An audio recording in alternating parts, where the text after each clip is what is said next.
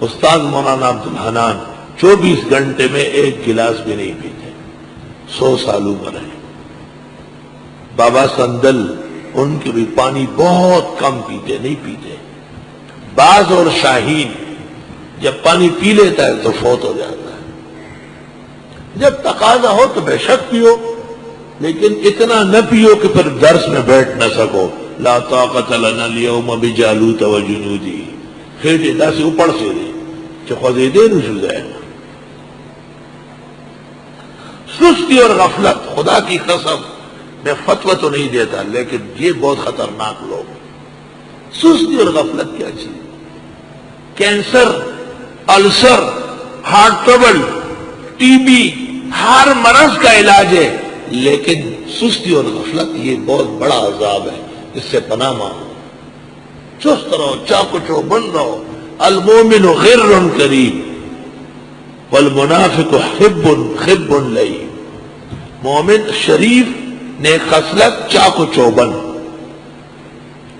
حضرت اقدس استاد گرامی قدر مولانا یوسف بن نوری فرماتے تھے کہ میں نے سنا تھا کہ موٹا آدمی بہت سست ہوتا ہے، لیکن مفتی محمود کو دیکھ کر مفتی صاحب بہت چست ہے، وہی وہی وہی وہی جسم بھی ایسا، اور اٹھنا ایسا اٹھتے تھے شیر اٹھ رہا ہے بالکل۔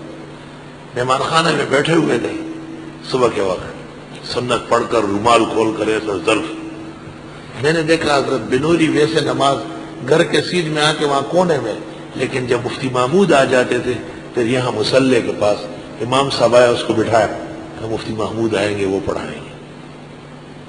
میں نے حضرت کو کہا کہ مولانا بنوری وہاں مؤذن کی جگہ میں آ کے بیٹھ گئے، امام کو بٹھا لیا، ٹائم ہو چکا ہے۔ کہا اچھا۔ مفتی صاحب اٹھے اور وہ پیلے رنگ کا رومال باندھنے لگے اور چلتے گئے۔ خدا کی قسم وہ خالی چل رہے تھے اور میں دوڑ رہا تھا، پہنچ نہیں سکا۔ مفتی صاحب سیدھا مصلی میں، پہلی رکعت میں سورہ الحاقہ اور دوسری رکعت میں سورہ فجر تلاوت فرمائی، بہت شاندار۔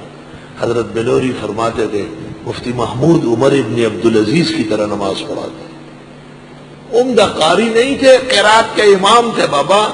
قرات میں ان کی کتاب ہے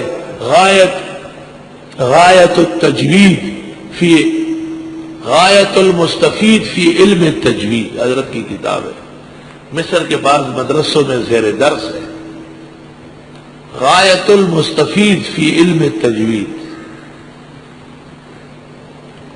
حضرت مفتی صاحب کی کتاب، تصنیف ہے، طالب علمی کے زمانے میں۔ اور یہ قاسم العلوم میں قاری محمود برتی ہوئے تھے، اور محدث و مفسر اور فقی اور امام زمانہ نکلے وہاں سے۔ شروع میں بچوں کو قرات کراتے تھے۔